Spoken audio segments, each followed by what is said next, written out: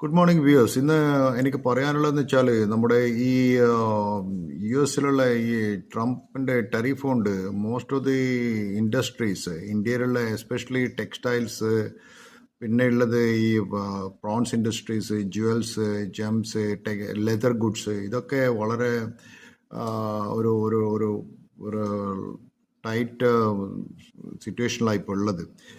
എനിക്കറിയില്ല ട്രംപ് എന്തുകൊണ്ട് ഈ ഐഫോണിന് മാത്രം ടാരിഫ് കൂട്ടിയില്ല. ഇന്ത്യയിൽ ഉണ്ടാക്കുന്ന ഐഫോണിന് Indian increase the tariff and also for medicine certain drugs tariff അധികം കൂട്ടിയിട്ടില്ല. പക്ഷേ most of the other things they increase the tariff.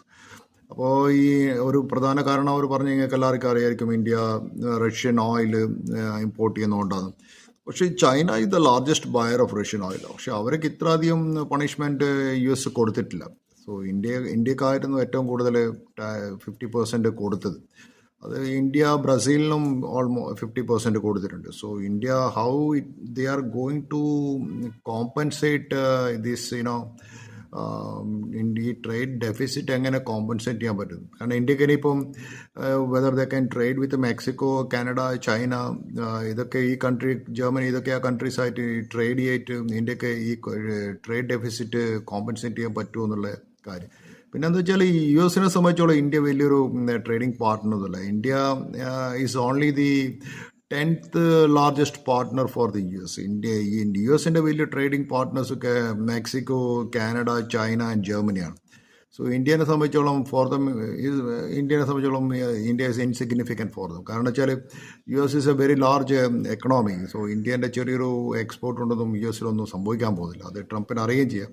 പക്ഷേ then how the India is going to manage എന്നത്. ഇന്നിപ്പോൾ ഞാൻ കണ്ടതെന്ന് വെച്ചാൽ ഇപ്പം India is buying oil from Russia as well as from UAE. So ഈ ഫോസിൽ ഫ്യൂവൽ എനർജിയിൽ ആണ് ഇപ്പോൾ ഇന്ത്യൻ്റെ വലിയൊരു ഇമ്പോർട്ട് ചെയ്യുന്ന പ്രശ്നം. പക്ഷേ ഇപ്പോൾ അതേസമയത്ത് ചൈനയും ഫോസിൽ ഫ്യൂവൽ ഗൾഫ് കൺട്രീസിനൊക്കെ ഇമ്പോർട്ട് ചെയ്യുന്നുണ്ട്. പക്ഷേ at the same time there collaboration in other sectors like digital economy, artificial intelligence, green energy, ഇതൊക്കെ വളരെ ഹൈ ആണ്. സോ ഇന്നിപ്പോൾ ചൈനയും Arab Nations almost 40% of its crude oil Arab Nations എന്നാണ് വരുന്നത്.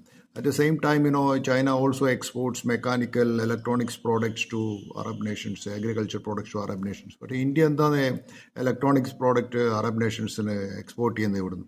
നമ്മളെല്ലാം UAE കണ്ടിട്ടുണ്ടോ? ഇന്ത്യയിലുള്ള ഏത് ഇലക്ട്രോണിക്സ് പ്രോഡക്ട്സ് ആണ് ഞങ്ങൾ അവിടുന്ന് വാങ്ങിക്കുന്നത്? Nothing. I never seen anything.